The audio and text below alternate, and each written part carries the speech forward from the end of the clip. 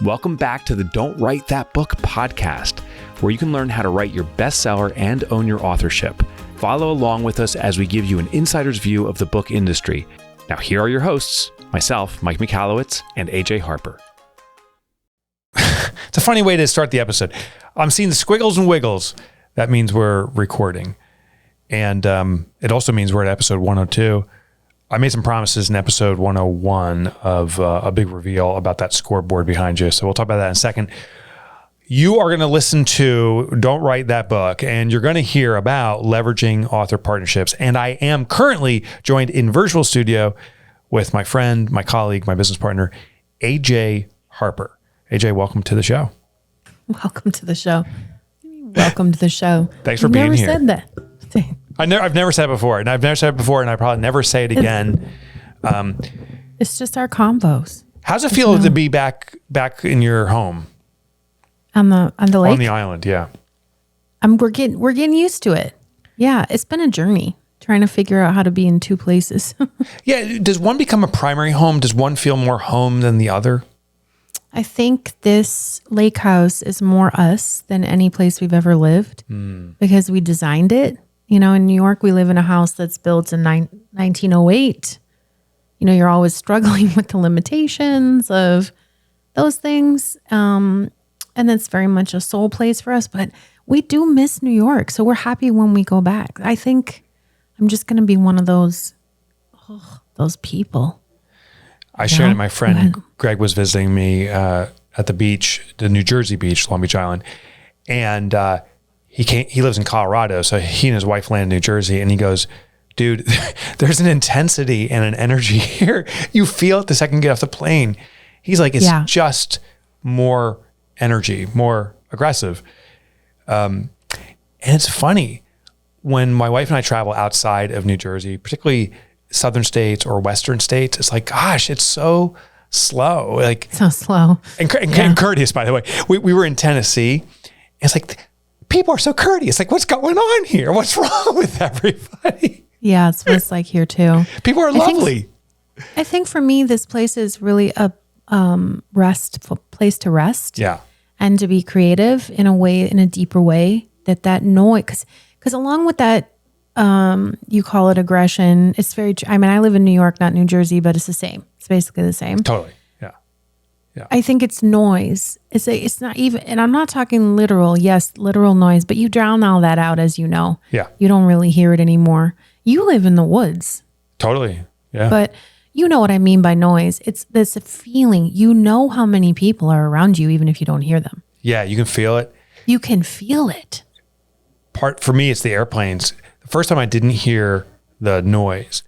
So we are about 30 miles west of Newark Airport. And then of course there's JFK and LaGuardia that are maybe another 5 to 10 miles east of that. And you see the planes just constantly going over you, but then COVID hit and there wasn't a single plane, and it was weird. It was like isolating. It's like, there is nothing going on.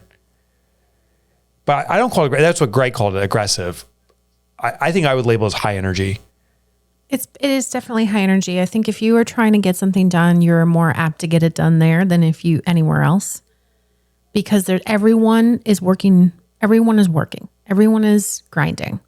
And even if you're not grinding in the sense of, overdoing it, I think there's a love of work and a focus on getting things done that is not present in other areas. And I really like that, actually. Yeah, for sure. In today's episode, we're going to talk about leveraging author partnerships. You have to do our admire things. Oh, yes, right. Because you know why? Because we get listeners who say, please don't stop doing that. Oh, well. Can I say one thing I admire about you? Yeah, by all means. Because you usually kick it off, and then I try to come up with. I was thinking last week, what I talked about was admiring that you traveled 19 hours. Yeah, and then we didn't get to yours because I think we were distracted. We had stuff to cover. Tech. We had so much tech. Yeah, you kick us off. So you sent me the scoreboard, which we're going to talk about. Blowout. Yeah. And we're going to talk about it this time. It's basically a yellow sheet of paper. Yep. Mike's keeping his score of who found the most corrections on past pages, which is the typeset version of the manuscript. And this is our last couple rounds here. And it's our tradition to do this. But what I admire about you is that when I said send it to me, because I want evidence that it was a blowout. It was a blowout this year. Blowout. You were not, not only did you send it to me without question, not only were you not offended, but it came in a frame so I can display it properly. And all week I've had it right by my head because I want people on Zoom to ask me what it is so I can tell them it was a blowout. And you could see kind of like sometimes their faces like, is it going to be a problem? It's not going to be a problem. That's what I admire about you. Is that you're so willing to take the piss out of yourself and you don't you are happy to admit this defeat and have fun with this. And I love that.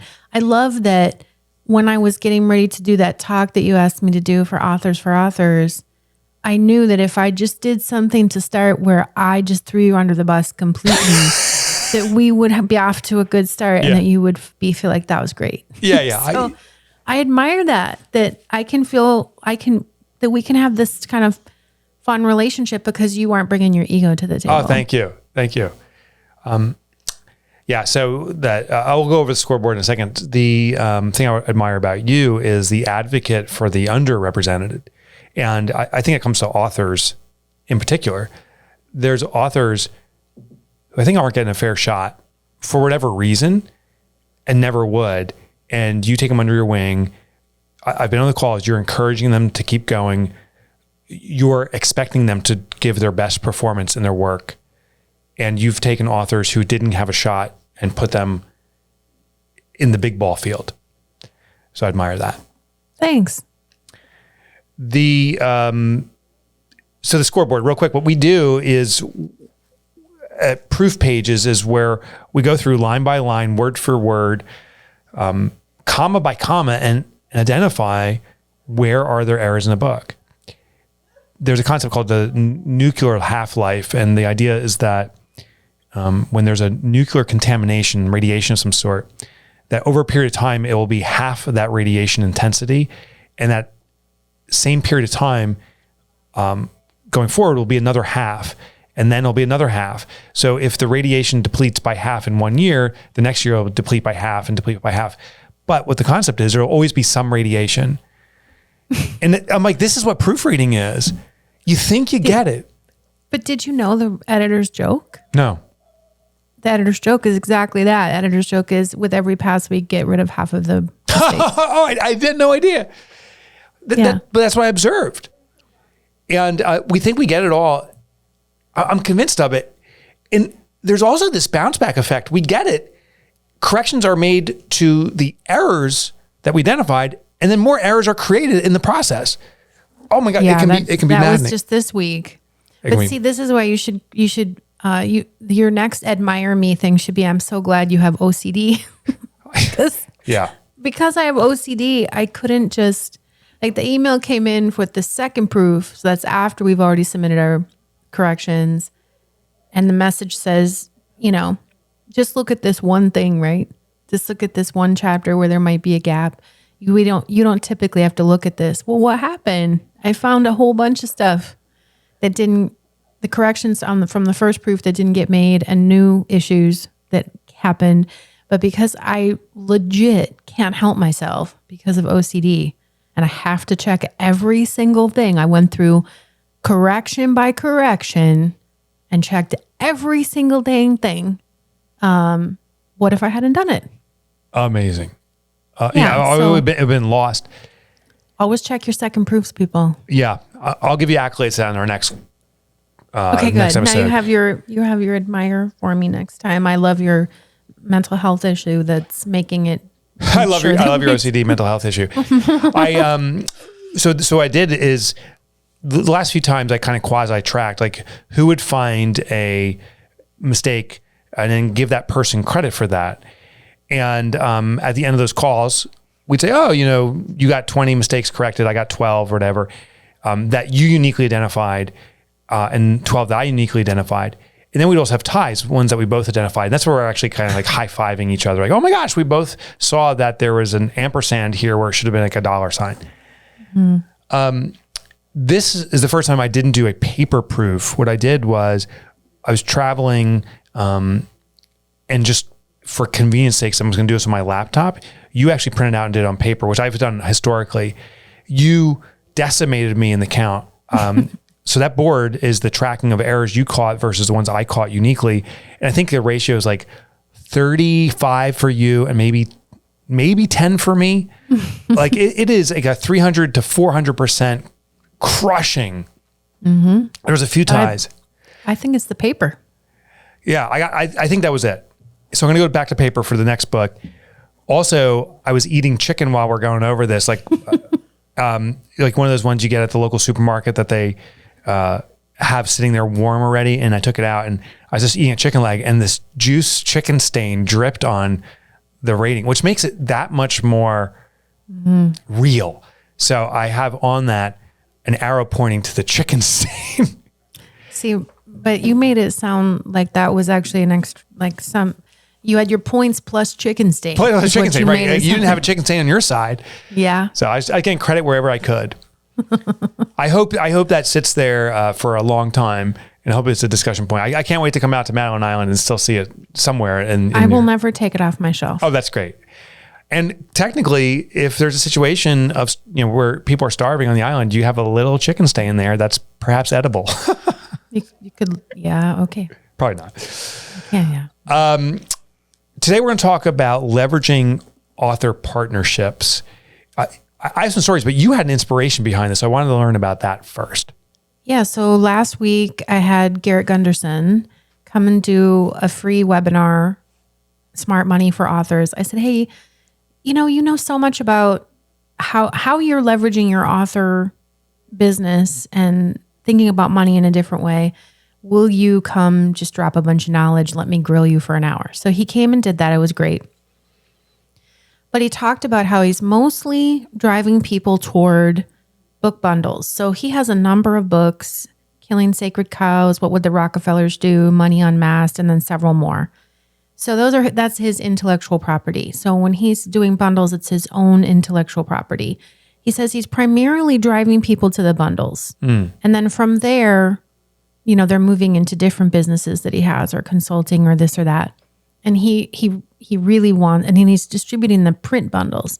And it got me thinking about back in the day when I had a fiction publishing company, how common that was to do fiction bundles, but yes, of course, your own fiction bundles, but partnering with other authors in the same genre. So, people who wrote dystopian romances could go together. People who wrote high fantasy could go together and then bundle their books because people who love fantasy are going to read other fantasy and people who love dystopian romance are going to read dystopian romance and so forth.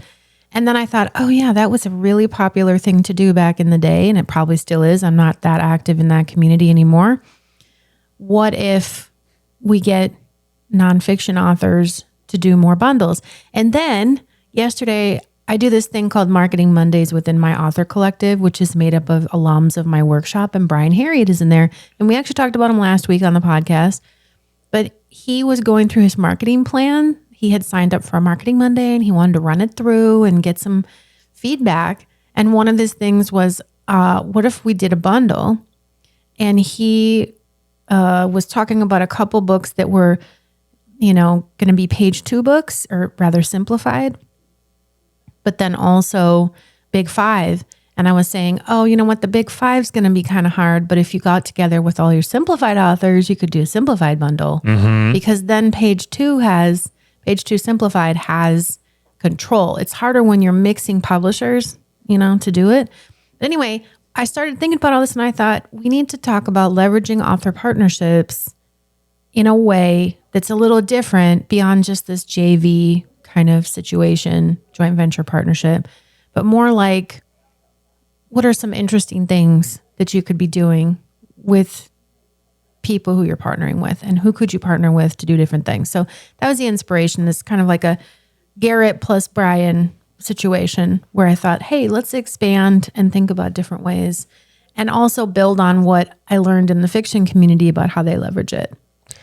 My wife is into the murder.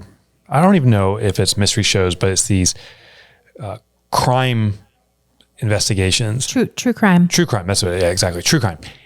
What's so interesting is she doesn't just consume one podcast. She watches a few television shows around the stuff. She listens to multiple podcasts. She reads books on the subject. It points to what you're saying is that when someone falls in love with a genre, they don't fall in love with a specific exclusive source for that genre. They want to investigate more of it. It's interesting. I was talking to someone who read Clockwork and said, oh, I tied it in with, literally yesterday, they said, I tied it in with EOS, which is Gino Wickman's book, Traction, talks about the entrepreneur's operating system. And he said, oh, they really work well in concert. I cherry picked my favorite stuff from Clockwork and my favorite stuff from Traction and blended it together. And I also read Systemology and these other books. And I see it over and over again that when someone has a thirst for knowledge in an area, they want to go deeper. Mm-hmm. I've also seen that some authors are resistant to collaborating with other authors.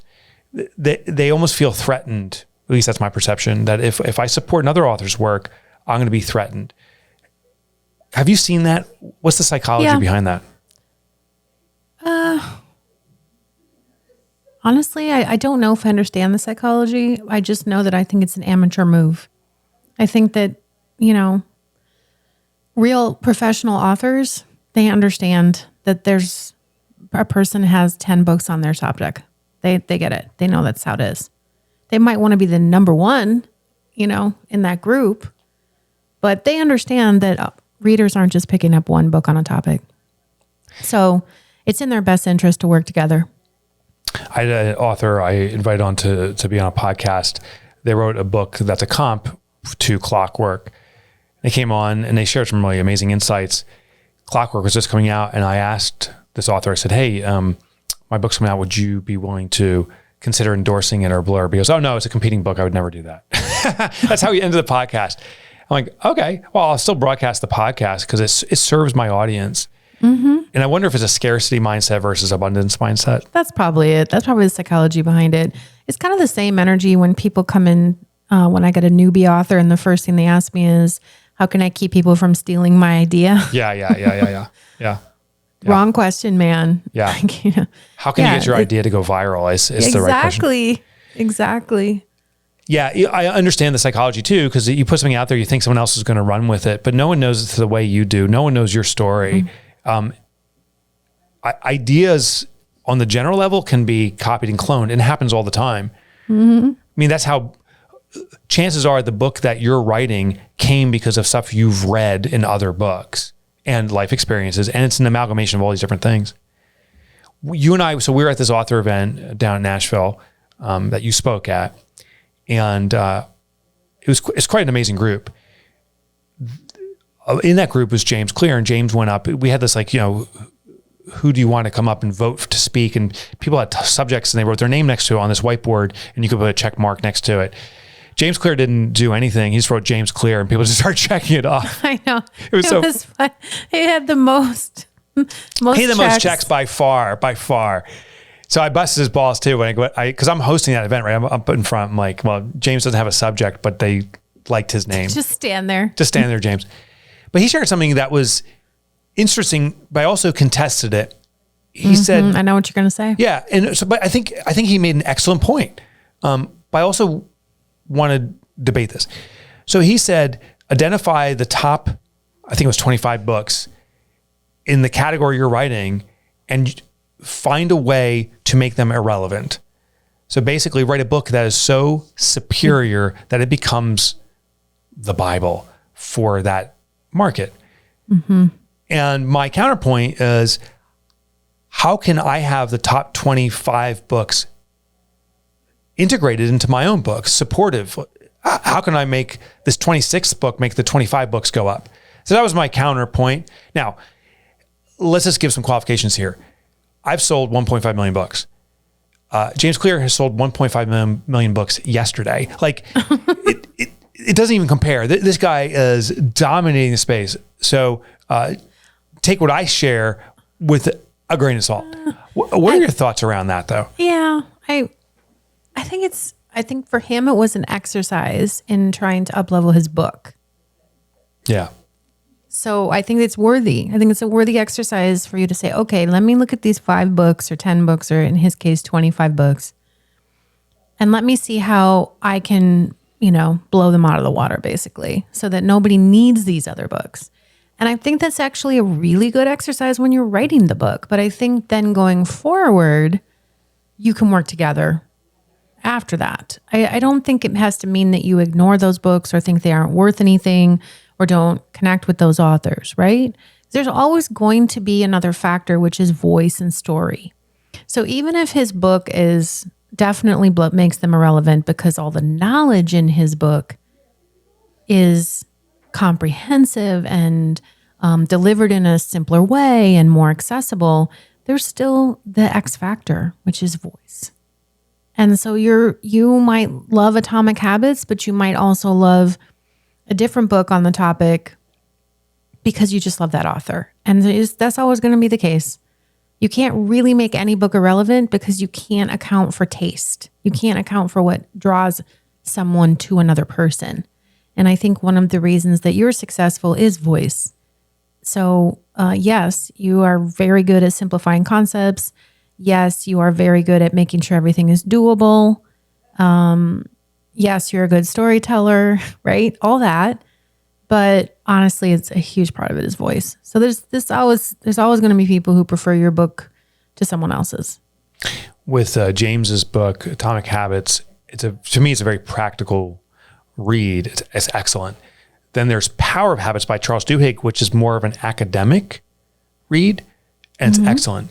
What I noticed, and this is just a third-party observation, so also take this with a grain of salt, is James's book is selling extraordinarily well, and Power of Habits is selling even better since Atomic Habits came out. Like it didn't, even if that was one of the competing books, he didn't eradicate the book. He still elevated it.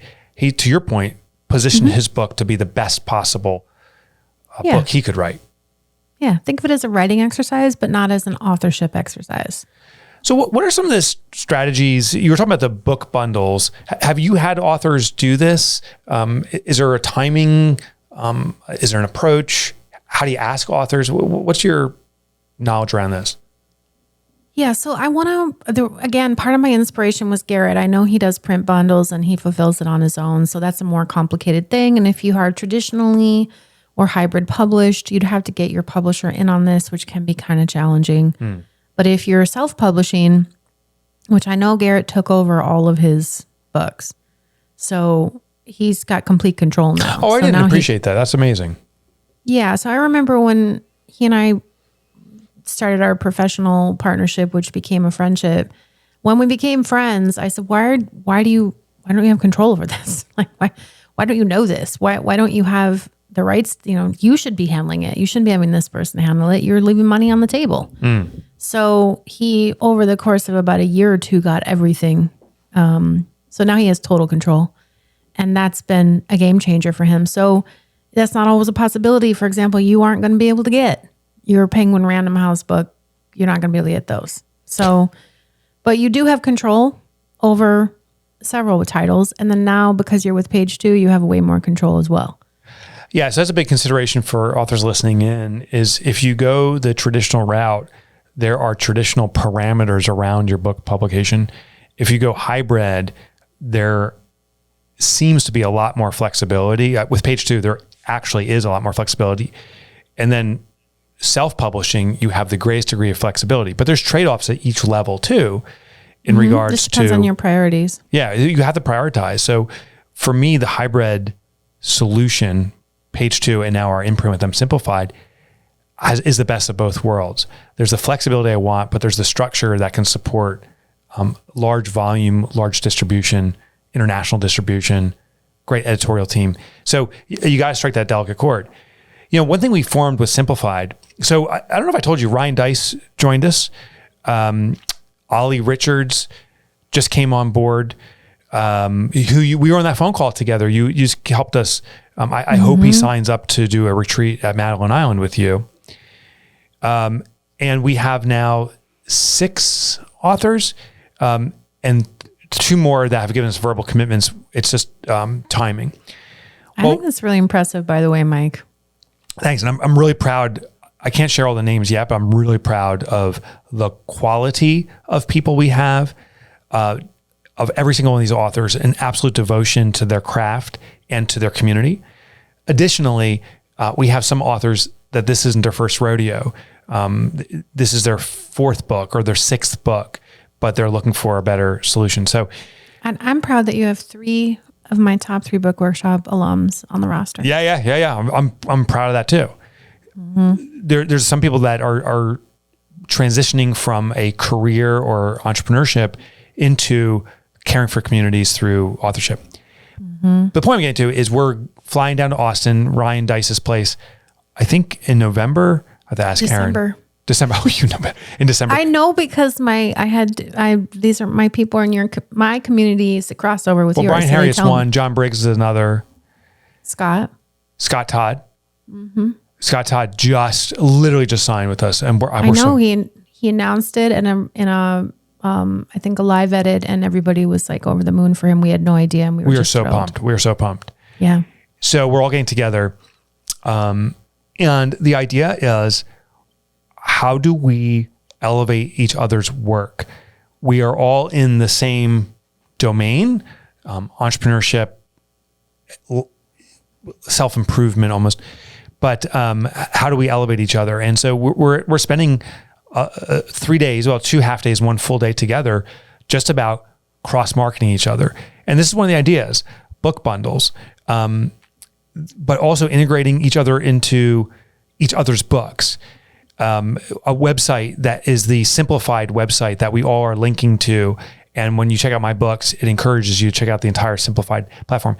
That's one of I think we have over 100 ideas already accumulated that we're going to start investigating and go line by line and say, what can we do to support each other?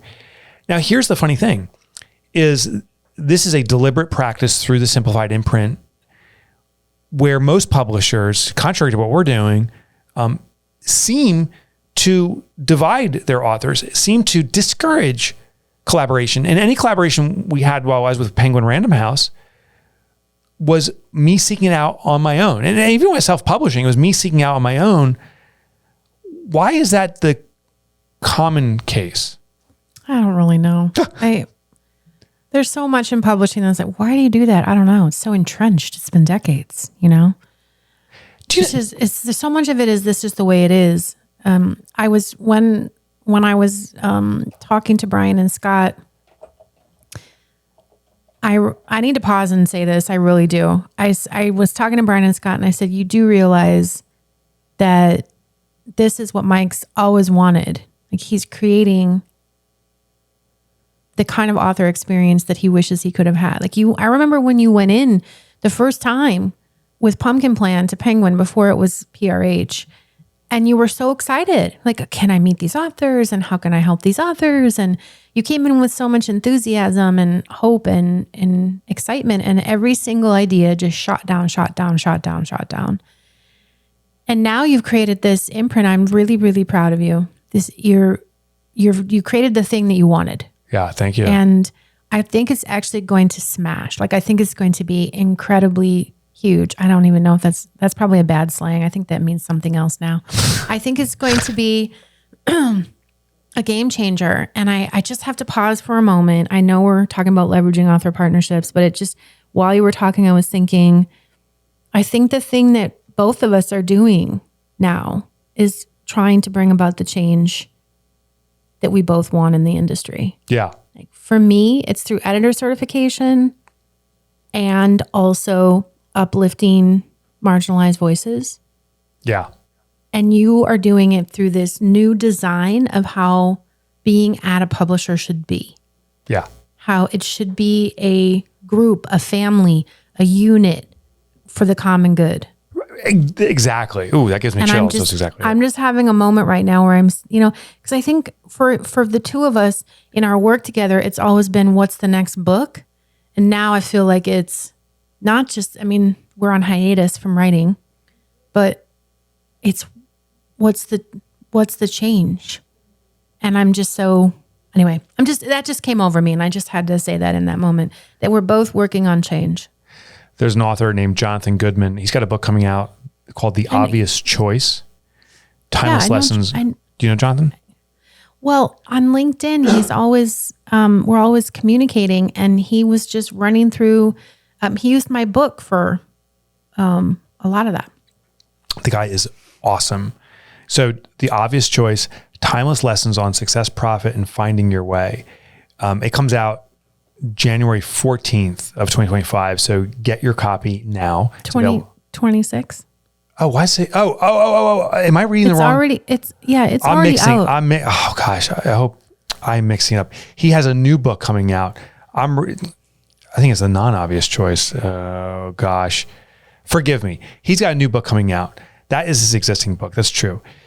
What he is doing though is brilliant. He came down to New York. He said, "Hey, I want to meet up with you." And I said, "Hey, are you ever in New York?" And I said, "Yeah, I'm going to be in New York." My wife and I went out to see a show. I said, "I happen to be there with my wife. I can spend like a half hour meeting up if you want. If you happen to be there that day." And he goes, "This is unbelievable." He goes, "I happen to be there that day." Well, I met with Jonathan then, amazing guy. I met with him about a year later, and he goes, "Remember that meeting in New York?" I said, Yeah. He goes, "I wasn't going to be in New York. The second you said you're going to be in New York, I flew down from Toronto to be there to meet with you." And I'm like, "That dude, thank you. I'm flattered and honored. You asked nothing of me. You were just there to connect." He's like, "Yeah," because he goes, "It's all about building trust and collaboration." Mm-hmm. He goes, "Over time, something will come about." So now we're talking about ways to promote each other's book after the launch of our books. And I'm so far, sorry, I got to look this up, and maybe Adela can do it. I'm mixing up his books, but his new book that's coming out is launching as of right now on the same day as The Money Habit. Oh, really? Yeah. So at first there's a little banter back and forth, like, you're ruining my launch. He's like, "You're ruining mine." But what came out of it is, well, how do we support each other? And what was interesting is, how do we support each other post-launch?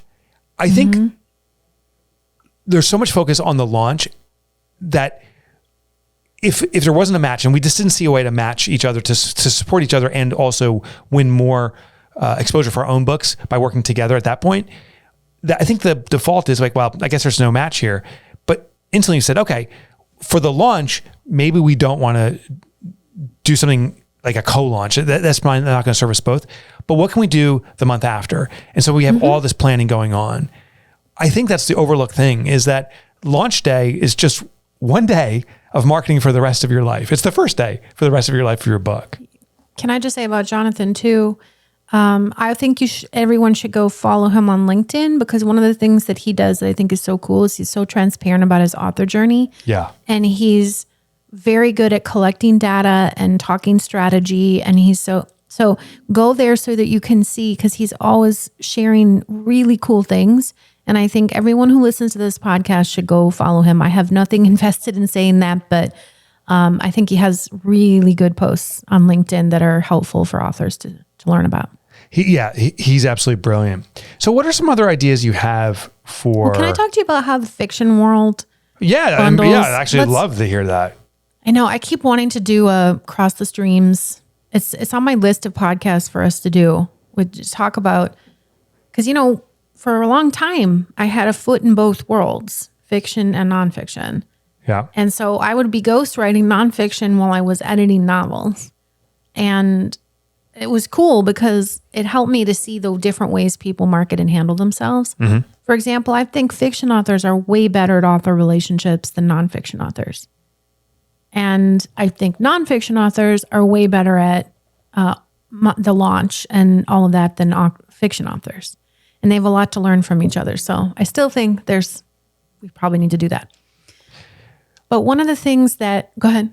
I can see. No, keep going, because I wanted to say something about Jonathan again, but keep going. Okay, so one of the ways, this is not the only way, but one of the ways that authors will get together is they'll do usually digital book bundles. They're much easier for publishers to agree with that. So your ebooks, right? Or you could also bundle with audio because there's no cost really. And so what you do is you create a product that is a bundle, usually for a short period of time, but you could agree for it to be forever. But the point is that it's almost like its own launch. So let's say you got 3 authors who are all doing Regency romance, and you agree that these titles from this author, and this author are all going to be bundled in for one price. And then the 3 authors agree that they're all sort of launching that for this period of time, and do their own promo for it. So now you're pulling in all their different audiences. And sometimes they would do it when an author, say, was about to have a big launch. And so then that would would help them get on, say, like USA Today or whatever, because they would use the bundle feature. In that case, it would have to be not one product. It would have to be just a cross promotion, right? But you can elevate all those books. You can do the bundling thing if you're trying to get on the list, because now you're leveraging everybody else's stuff. And you can do it with an ebook because that will count. So then it's a whole big coordinated effort of selling the bundle itself. It's its own sort of launch. And that's a big thing that they do. And then it really helps too if you're trying to introduce people to other authors in the genre. So you're going to get so many more readers that way. And I could totally see, for example, a simplified bundle for entrepreneurs. Oh, totally. That makes total sense. Total. So the book by Jonathan Goodman is Unhinged Habits. I totally had a brain fart there. So Unhinged Habits launches on January 27th, which is the same day as The Money Habit. It's a counterintuitive guide for humans to have more by doing less. So what we said is, wow, your book is about habits. My book is about habits. Why don't we have the habit webinar? So James Clear's Atomic Habits. I pulled up our marketing plan. Michael Bungay Stanier is the Coaching Habit.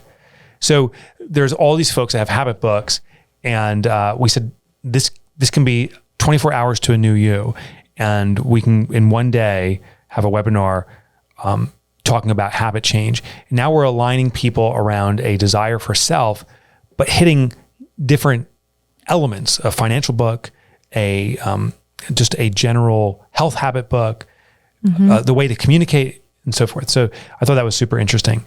So get Jonathan's book. Another thing I think that authors can do to leverage each other is if you do live events. So we do an annual live event called ProfitCon. Well, I invite fellow authors to come here, and the exchange is this. A lot of these authors speak for a fee. I will reciprocate and speak at their events feeless if they speak feeless at my event, but I will also buy hundreds of copies of their book and give them an opportunity to give exposure to a community they wouldn't have access to. So this year we have Hal Elrod coming, The Miracle Morning. He's my, I always make fun of him. What's the term? I can't think of it, but you saw me at the event, just busting his chops constantly. Yeah. I love him. And his book is extraordinary. He's such a decent guy. Exactly. Melissa Dugalecki, who I mentioned earlier, Scar Tissue, she's presenting. Matt Schaub is coming this year to talk about Painted Baby. Aww, that's great. He's a great dude. And we have 3 other authors. All those authors have their own events. Hal actually just said, hey, Mike, can you come out and speak? And the timing didn't work for this go around, but we'll find one for 2026. He's getting exposure to my audience that may have heard of him, but aren't necessarily familiar with his book. And I'm getting the same. So how can you speak at each other's? With Jonathan Goodman, we're just doing a virtual version of this by having us all do a webinar together. Yeah, I love that. Do you have other promotion ideas, other ways to work jointly? So thinking about fiction again, fiction authors are really good about banding together for live events as well, but they're mostly in person. So for example, joint book signings. and also getting authors to host signings so that you can draw, so that here's this author that's coming up and they're going to do a signing, but then the person who's emceeing the event is maybe more known.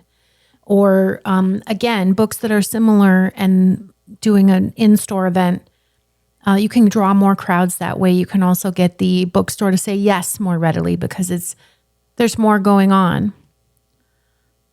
You can do giveaways too. Do I still have you? You have a little tech issue. Yeah, for some reason, I hear music in my ear. That's your wife getting fired up. Is it 80s hairband music? It is 80s music, yeah, but not hairband. Your wife. Somehow your wife is doing that to you. Okay, so I'm going to try really hard to keep talking over the sound I of don't whatever. hear it on the side. That's crazy because I didn't touch anything. So it's a ghost in the machine. That's funny. Which is, by the way, a band called The Ghost in the Machine. I know. I don't know that they're music. All right. So, but then there's also panel discussions. Yeah. And panel discussions are something that fiction authors are great at doing. By the way, if you want to speak at an industry event and maybe you're not a keynoter, you could easily put together a panel. Now there's 5 or 6 of you that are focused on the same topic. You find something that's relevant right now in the community or in the industry. You pull people together. Now you're going to get a yes from that event organizer because you're pulling multiple people together and you're all sitting on the stage together, but it's not like a keynote. So it's so much easier if you're not really a speaker, but you want to get to some of these events, do panel discussions. You can join together with other authors. That's something fiction authors do all the time. One thing Barry Moltz did, he's the author of Bounce and some other books. I spoke with him recently. He's retiring from speaking because he just wants to change up his schedule to be more at home and more present in other aspects of his life. But one thing he would do is around the winter holidays would have a webinar where he gifts other authors' books. So he would invite authors, say, hey, send me 3 or 4 of your books at no cost. I will then do this live webinar and I'll hold up your book and talk about it. I'll read it. I'll talk about it. And then I'll gift 2 or 3 copies away. So ironically, I can hear your music getting louder. I can actually hear on my side now. Isn't that funny? I wonder if it's actually being recorded. Well, we'll find out. Yeah. I wonder if it's me on my side. We're going to do a reboot after this. I'm pretty sure it's you. Yeah, maybe I'm broadcasting it to you. All right, well, let's start wrapping things up here anyway. Is there any last tips you wanted to share? No, I just think outside the box and look for different ways that you can work together that are less obvious, different creative ways. Last thing I want to share before we wrap it up is next week's episode, we're going to talk about what we wish we knew about publishing when you and I first got started. And why not close out? If you're hearing this rockin' music, you're welcome. This is a little bonus. I want you to go to our website, which is DWTBpodcast.com. You can get our free resources there. Go to ajharper.com too. She's running amazing retreats and helping authors achieve the next level of authorship. Oh, now the music's getting louder and louder on my side. This is getting frustrating. We have to go. Yeah. We have to get out of here. We got to go. Get the free materials. Remember this. Don't write that book. Write the greatest book you can.